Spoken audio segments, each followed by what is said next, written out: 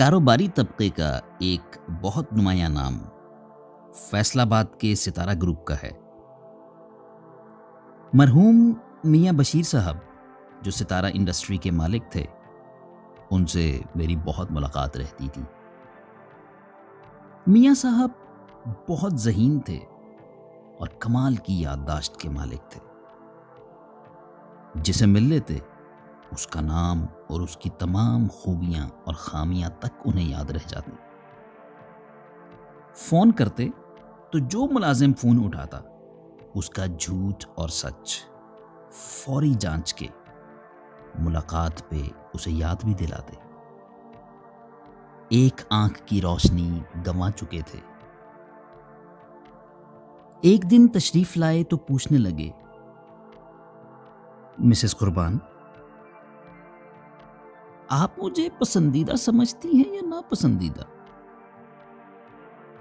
مجھے ان کی ذہانت اور پرکھ کا اندازہ تھا، لہذا بالکل کھرا اور سچا جواب دیا کہ آپ کی سب خوبیوں کے باوجود ناپسندیدہ۔ زور سے کہا لگایا۔ کہنے لگے، مجھے معلوم تھا، مگر اس کی کم سے کم ایک وجہ تو بتائیے۔ میں نے کہا، مجھے بہت زیادہ ترقی کرنے والے اور بہت کامیاب لوگ کبھی بھی اچھے نہیں لگتے، کیونکہ میرا تجربہ، مطالعہ اور مشاہدہ یہ کہتا ہے کہ ہر کامیاب ترین انسان اپنے اس سفر میں کئی لوگوں کے مفادات پہ پاؤں رکھ کے یہاں تک آیا ہے۔ بہت سوں کو دھوکے میں رکھ کے ان کے جذبات سے کھیل کر اس نے یہ سب فتح کیا ہے۔ مجھے دعا دی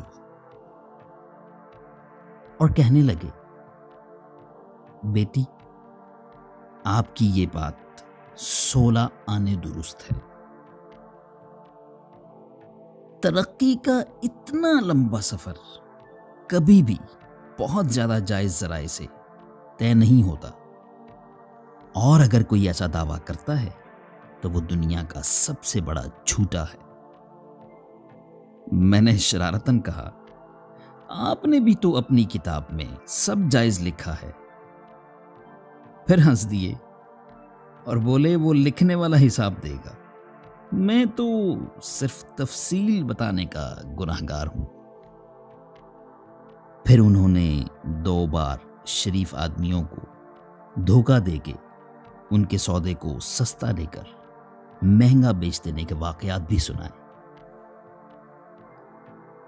بہرحال ان کی گفتگو کا لب لباب یہی تھا کہ جب بھی آپ نمبر 1 ہونے کی دوڑ میں لگ جاتے ہیں تو پھر آگے سے آگے جاتے ہوئے کتنے دل، کتنی جانیں پاؤں تلے روند کے یہ سفر طے ہوتا ہے۔